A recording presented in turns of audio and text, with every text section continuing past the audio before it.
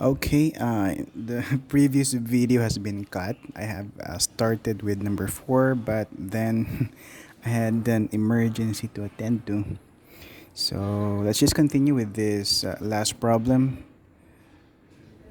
Last number, yes. Before we go to the next topic, we still have to solve this problem. So water flows uniformly in a rectangular concrete open channel that is 10 meters wide, a depth of 3 meters. The channel slope is 0.0025 using n that is equivalent to 0.013. Find the velocity, flow rate, and boundary shear stress. So we're going to solve three items here: the velocity, the flow rate, and the boundary shear stress. I've drawn in the previous video the illustration. We have a base that is 10 meters and we have a depth that is 3 meters.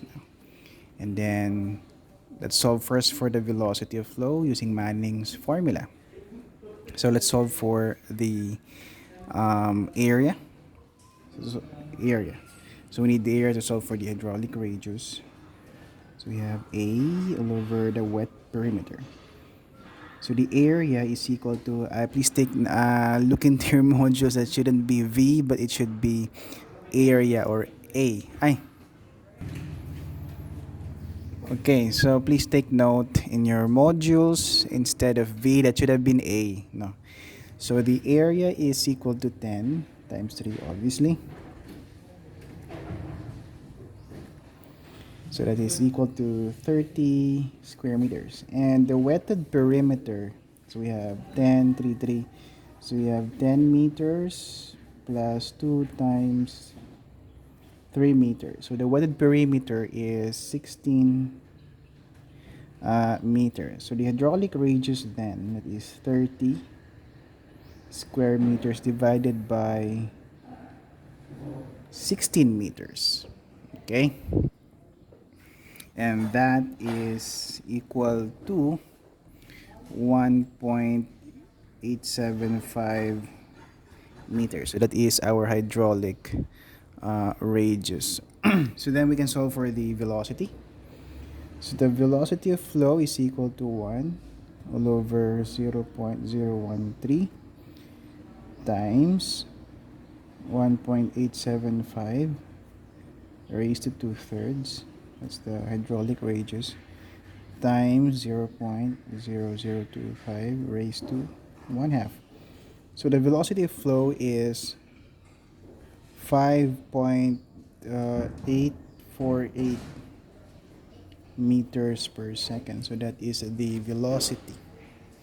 Next, we solve for the discharge. Discharge is simply solved using our basic formula.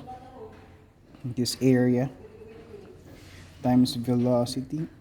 So the discharge then is equal to, so the area is 30 square meters times the velocity, which we have solved a while ago. That is 5.848 meters per second. Yep.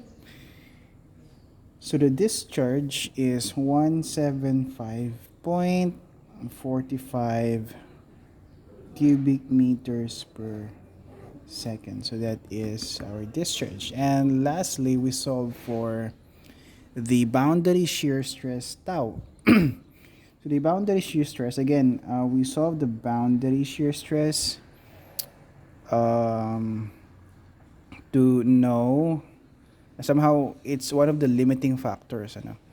When we design channels, we should limit somehow yung shear stress depending on the lining of our channel para hindi masira yung lining. Kapag medyo malakas kasi yung shear stress, then pwedeng masira yung lining ng channel natin. Okay? So that will be dependent on the kind of lining that would be used in the channel. Okay? So yeah. So the shear stress, the boundary shear stress is equal to the product of the unit weight, the hydraulic radius, and the slope of the channel. When we say slope here, I forgot to mention kanina, kapag uniform flow, that means that the slope of the energy grade line is also equal to the slope of the channel bed. No? So slope ng channel bed. So later on, we will discover that for non-uniform flow, that's not the case. No? So we shall discuss later in our succeeding topics.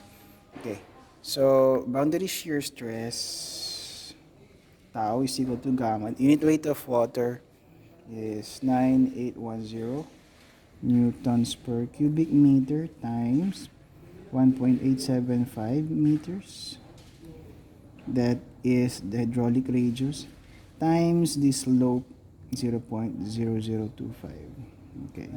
So, mag-cancel yung isang meter dito. We're left with square meter, the denominator dito sa dito. So oh no. The boundary shear stress tau is equal to 45.98 pascals. That's Newton per square meter is Pascal. So that would be the answer. Velocity, discharge, and the shear stress, the boundary shear stress. So our next topic would be cross section of greatest efficiency, or sometimes we call it the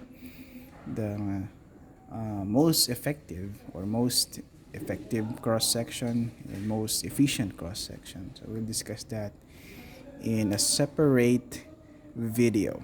Okay.